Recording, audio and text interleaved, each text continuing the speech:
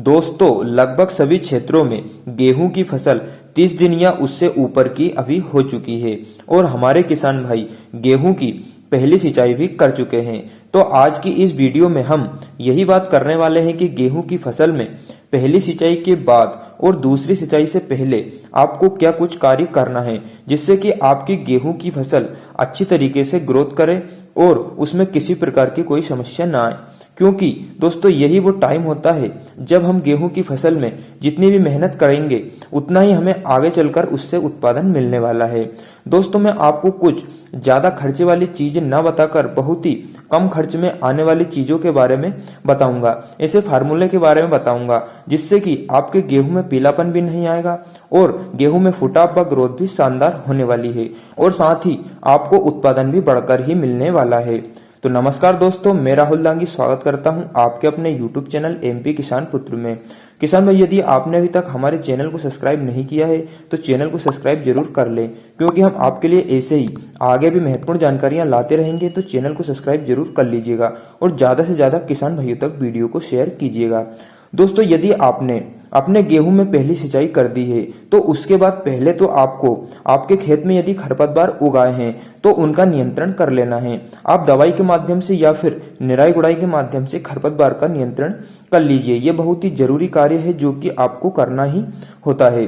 इसके बाद यदि आपने गेहूं में एक सिंचाई कर दी है और उसके लगभग 6 से 7 दिन या 8 दिन बाद भी आपकी गेहूं की फसल में रौनक नहीं आ रही है, उसकी ग्रोथ अच्छी तरीके से नहीं हो रही है, गेहूं में पीलापन भी आपको देखने को मिल रहा है, तो फिर इस अवस्था में आपको क्या करना है जिससे कि आपकी गेहूं की फसल में सुधार हो और आपकी गेहूं की फसल ग्रोथ करने लगे। क्योंकि यदि हम दूसरी सिंचाई का इंतजार करेंगे तो हम काफी लेट हो जाएंगे और हमारी फसल कमजोर ही रह जाएगी और आपने स्टार्टिंग से जितनी भी मेहनत की है वो सब बेकार ही चली जाएगी। दोस्तों, गेहूं की फसल सोयाबीन और धान की कटाई के तुरंत बाद हो जाती है और उसको बीच में गैप भी नहीं मिलता है, तो इस कारण उसमें काफी सारे पोषक तत्वों की कमी भी आ जाती है। दोस्तों, गेहूं की पत्तियों पर पीलापन आना जिंक की कमी के लक्षण हो सकते हैं।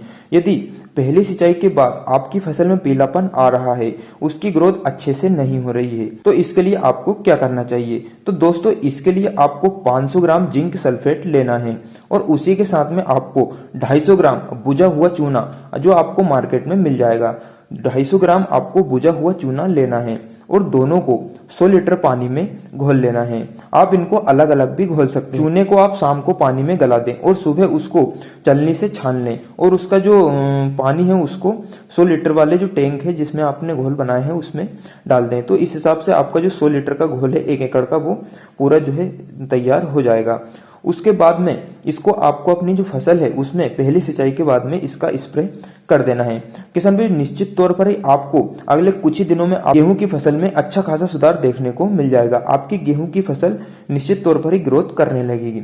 यदि आप इसका स्प्रे नहीं करना चाहते हैं या किसी कारणवश आपको ये मार्केट में उपलब्ध नहीं हो पाता है तो इसकी जगह पर आप एनपीके 19-19-19 और चिलेटेड जिंक का स्प्रे भी कर सकते हैं। इसका भी आपको बहुत ही शानदार रिजल्ट देखने को मिल जाएगा।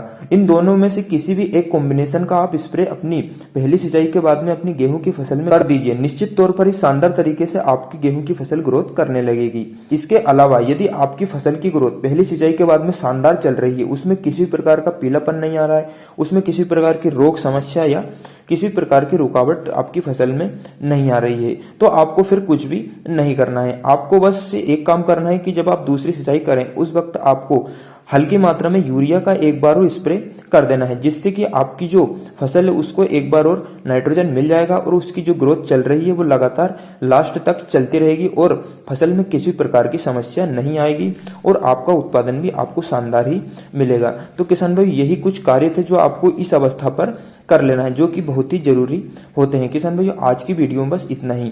हमारे द्वारा दी गई जानकारी आपको पसंद आई हो तो वीडियो को एक लाइक जरूर कर दीजिएगा और ज्यादा से ज्यादा किसान भाइयों तक वीडियो को शेयर कीजिएगा।